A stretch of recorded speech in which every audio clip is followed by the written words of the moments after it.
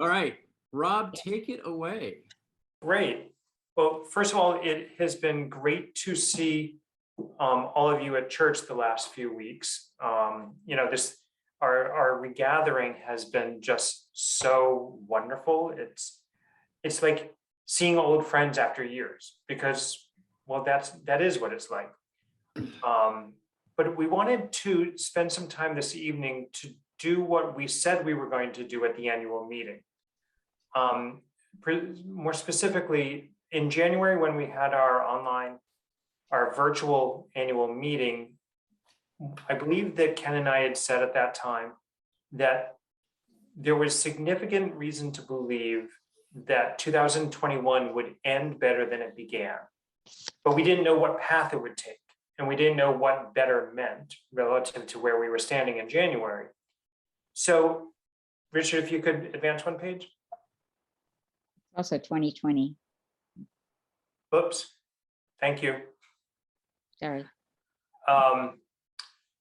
So what I would do is ask you to remember, as context for this conversation, where we were in December 2020.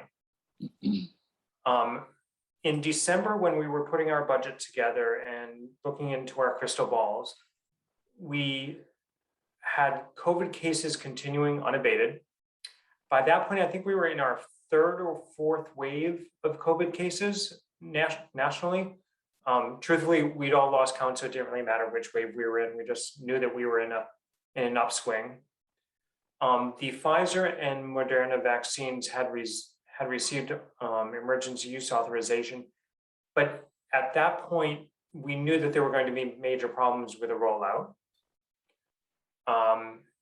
In light of all of this, we had no clarity around when we would be able to return to in-person church, and nor did we have any idea when facility users would be coming back. So to say that when we put our budget together for 2021, we were in a state of uncertainty would be something of an understatement. So fast forward to where we are today, we've largely returned to in-person services. We are fortunate to be in a state with a high level of vaccination. Facility users have largely returned, though not exactly fully returned. Something we could have hoped for, but certainly could not have budgeted and really had no reason to put much faith in, was the fact that we received a second PPP loan in early 2021, which was forgiven, similar to the loan that we received in 2020. And truthfully, our parish was more generous than we could have imagined. The generosity, the giving that we've seen this year, both in terms of making pledges and fulfilling pledges, but also supporting the church's programs away from pledging, has been truly unimaginable. It's been truly inspiring. I think that a lot of us have looked at some of these numbers, have looked at the response to the outreach call for the Brookline Food Pantry campaign that they had earlier this year. And what my reaction to it's been, and I know I'm not alone when I say this, is that people have given in proportion to, not in proportion to, but rather reflecting their connection to our community. And what we've seen is families have continued to give in the face of hardship. Richard, I think the word you used in your sermon 2 weeks ago was sacrificially. And it's just been really warming to be part of the community that values that community so much that it's responded the way that it has. So Richard, can you go down one page? So what I wanted to do, I'm going to keep tonight's presentation fairly brief. And Ken, please either kick me under the table or jump in if I forget something. I want to walk through where we are in terms of revenues for 2021 relative to budget, expenses relative to budget, how the endowment has fared, as well as a few big picture takeaways as we look forward to 2022. So what you see here on page 3 is that the budget that that the vestry approved for 2021 had in it 606,000 of revenues. You can see it broken down along the standard lines that you've probably seen before. Note, by the way, gifts for facility use, we budgeted at $25,000. That is relative to normal facility use donations in non-pandemic years of, call it, 90,000 or so. We've even had years where we've exceeded 100,000 of gifts for facility use.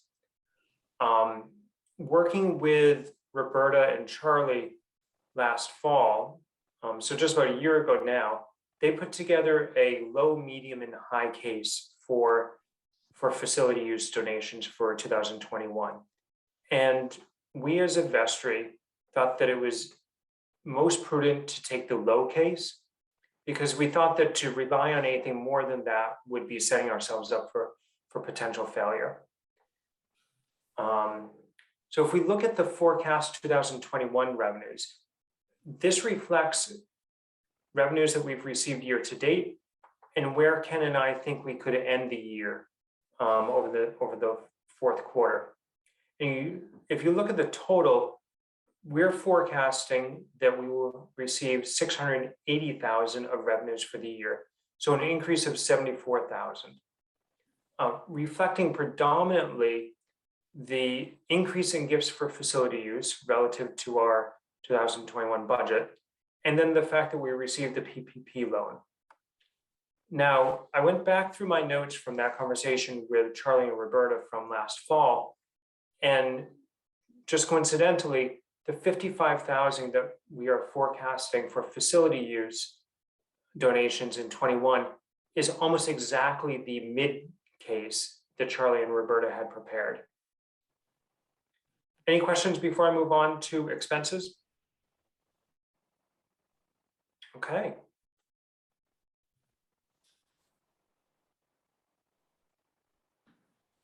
So here is the table here. Oops, I'm sorry.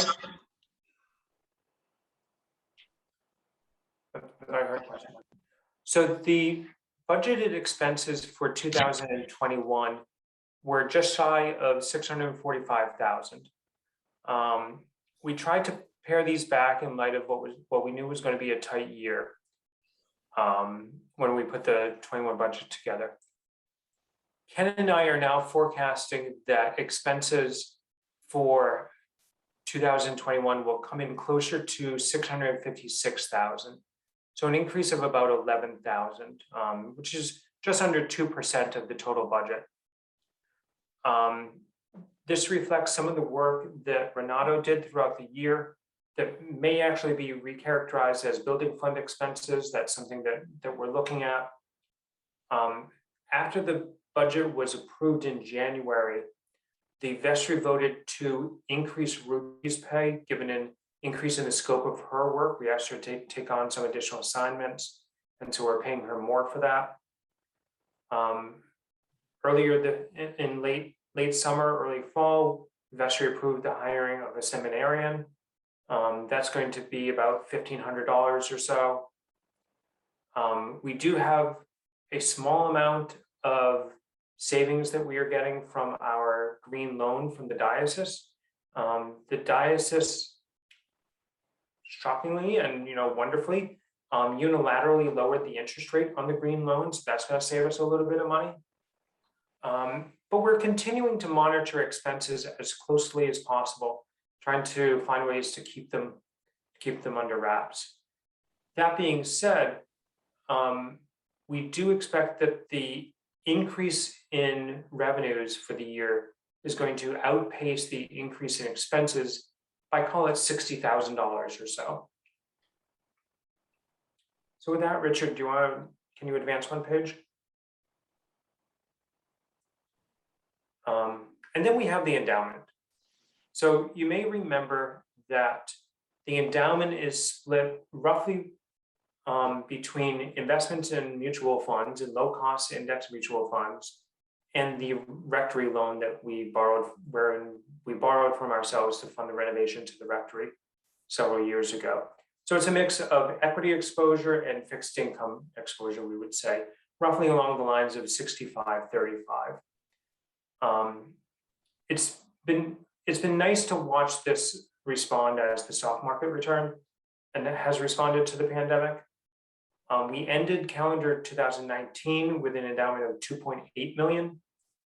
You can see that dropped pretty significantly by the end of the first quarter 2020 when the stock market took a big hit after the COVID shutdown. We ended 2020 with an endowment of just over 3 million. And right now, the endowment is just over 3.25 million. So it's done very well. It has performed like we would have hoped it would perform in these markets. We have, in spite of the increasing endowment value, we have kept the annual draw from the endowment constant in terms of dollars. So the percentage that we've drawn from it has come down. We're going to be reevaluating that this year, given how long we've kept the endowment draw constant. But we're going into 2022, knock on wood, with a very healthy endowment. Richard, can you advance one page? So just a couple of themes that I want to close on. We're expecting to end fiscal 21 in a very strong position due to the parish's generosity, the PPP loan, the facility use donations coming in higher than we expected, and then again the parish's generosity. I really can't emphasize that enough. We're hoping to be able to build up some reserves with excess funds from the 2021 budget, both for the building reserve, maybe the instrument fund, we'll see. But we're hoping to do largely what we did last year, which was take the surplus that we had from 2020, which incidentally almost exactly mirrored the amount of PPP loan we got in 2020, and roll the 2021 surplus into 2022. We feel as though we're going to need it in 2022. We're hoping that that the pledges come in strong like they did last year, and that together with rolling the surplus forward will help us weather that. I will say, just from a big picture perspective, the Vestry has identified 4 key areas that we feel that the Vestry feels are key to our growth and success. It's a strong music program, it's a robust family ministry, keeping up maintenance of our buildings, and having a vibrant online presence. And we continue to keep these priorities core in our discussions of the budget, and we're going to keep continuing to invest in each of these. Lastly, I would note that the outreach committee came to the Vestry and has made a request. My typo is notwithstanding in that last bullet. Has made a request to increase funding from the operating budget to the outreach fund. We're seriously considering that. I, as treasurer, Ken, as assistant treasurer, feel very strongly that we'll be able to do that. And we think that not only that we'll be able to, but it's what we're supposed to be doing. If we're fortunate enough to be able to balance our budget, to take care of our building, and to fund the ministries that we see as so core to who we are, then we should be able to find money to continue to fund the outreach fund. So those were quite briefly my thoughts on where we are now in 2021. Before I open up for any questions, Ken, did I forget anything? Would you emphasize anything differently from how I did?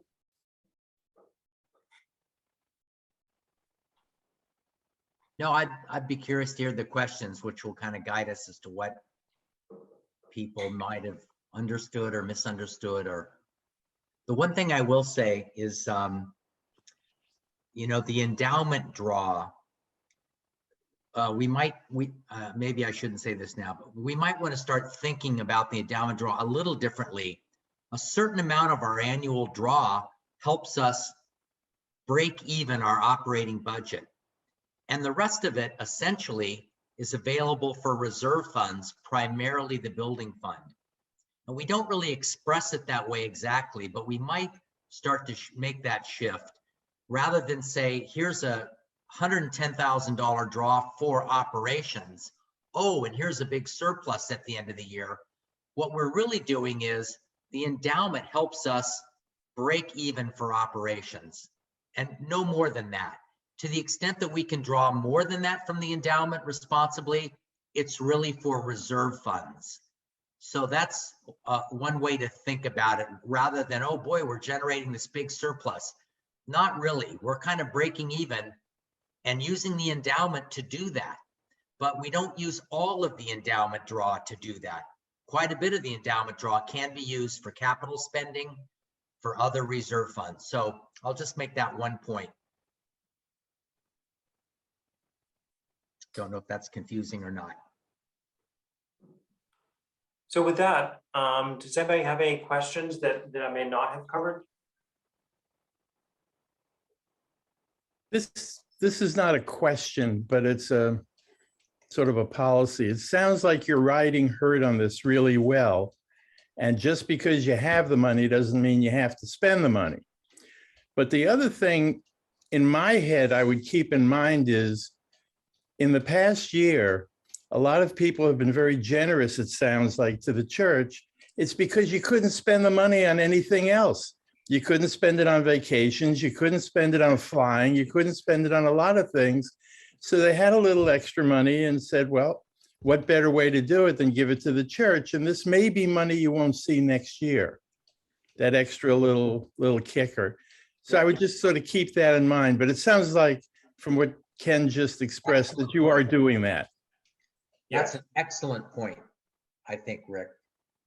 You know, we started out saying, you know, when we got the PPP for 2020, we said, we're going to be okay for 2020. 2021 is going to be the challenge. Then we got PPP money for 2021. Now it looks as though 2022 could be the transition year, where there are a lot of unknowns as far as regathering. Will plate come back? Will facility use come back? To Rick's point, will pledge income stay strong, or will people go on vacation? So Rob talked about rolling a surplus forward for 2022. That's code for 2022 loses money and needs help from the surplus built up over the years to break even. So what that really means is it's probably going to be 2023 where we really have to say, okay, guys, no kidding. 2023 has to really probably stand on its own without a lot of help from previous years. And that'll be the time where we really know, what does regathering look like? What's pledge income look like? Has plate come back? Has facility use income come back? It'll be probably 2023 where that all, you know, comes together. So anyway. And I'll add, I would add to that list, whether or not some other things have come back, the fact that you know, people are gathering. Our investment into the family ministry and our investment in the corner co-op, we've put some substantial money into that, but we don't want to. I'm with you on the question of the income side, because there's as great a booster as Rob is for the Facility Use Committee and as wonderful a job they've done, the fact remains that those numbers that we looked at were half of what we got before pandemic from Yes. facility use. And part of that is a direct effect of pandemic reducing people's interest in getting together to sing. So, and you know, Brad, you remind me of a question that I received at the time of annual meeting earlier this year, when someone asked me, and Rick, it may have been you, now that I think about it, when you asked me, let's describe it to you if it wasn't. It was a good question of what keeps me up most at night. when we were looking at the budget. And I believe what I said was what concerns me the most and is the most unknown is the pandemic going to change people's behavior? Are we just going to go back to living the way that we were, meaning facility users coming back like they were, average Sunday attendance coming back the way that it was, plate income coming back the way that it was? What will pledges look like in years forward? And a lot of this is really getting around to that same question of, for as invested as people are in the vibrancy of the church, of All Saints most specifically, what will behavior look like? And I think we're all figuring that out in our personal lives right now, truthfully. And those will be that will be reflected in the budget, truthfully. I just have to say, I think there's a sermon in this somewhere, because we're talking about changed behaviors. And I realize, of course, realistically, Rick, you're our man, you're our everyman, pointing out that you might actually go on vacation or something radical. Well, 2 years ago, we had one vacation plan that was postponed to this year, that's now postponed to 22. And then this year, we're so stupid, we made another plan, and that's taking place in 22. So that's 2 vacations in 22. So the church will not suffer because of our vacations.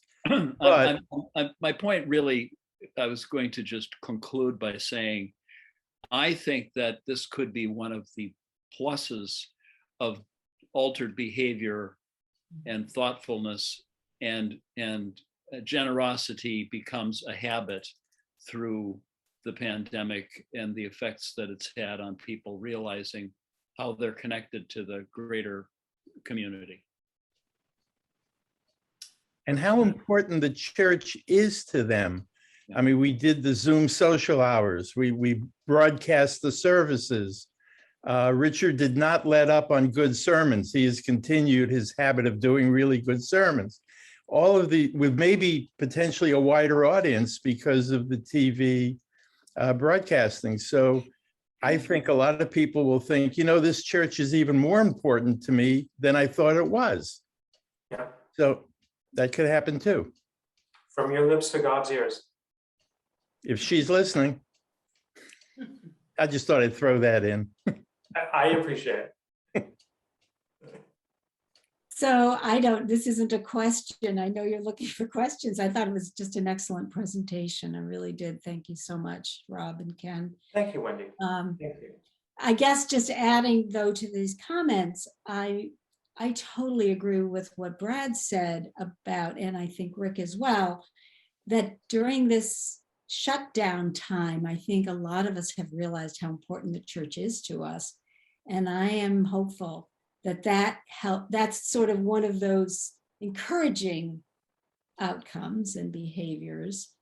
It's so interesting to think about plate, because just in the short time we've been back together, I don't know, I'm not a vestry counter, but it doesn't look to me like there's a lot coming into the plate.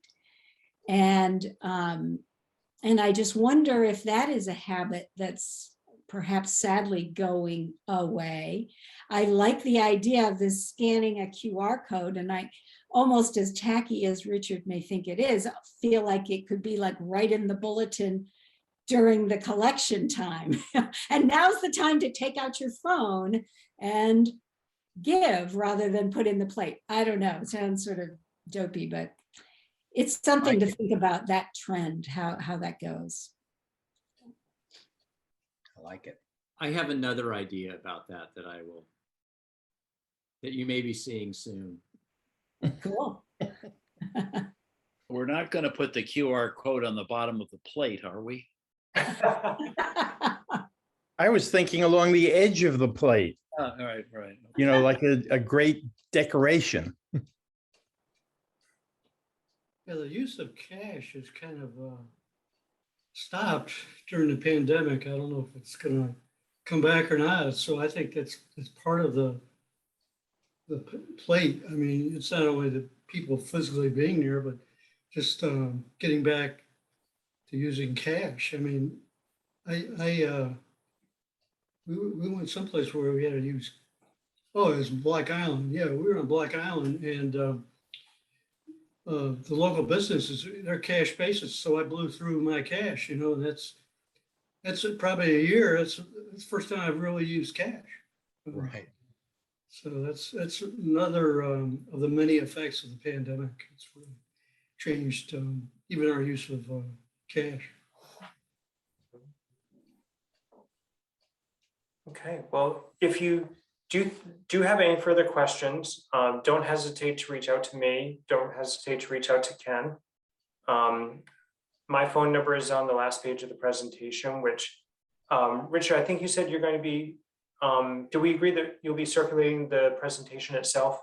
Yes, so the recording of this and the PDF of the presentation will go out in the e-news this week. So people can watch, people who weren't able to be here can see it and read, mark, learn, and inwardly digest it, as we all have.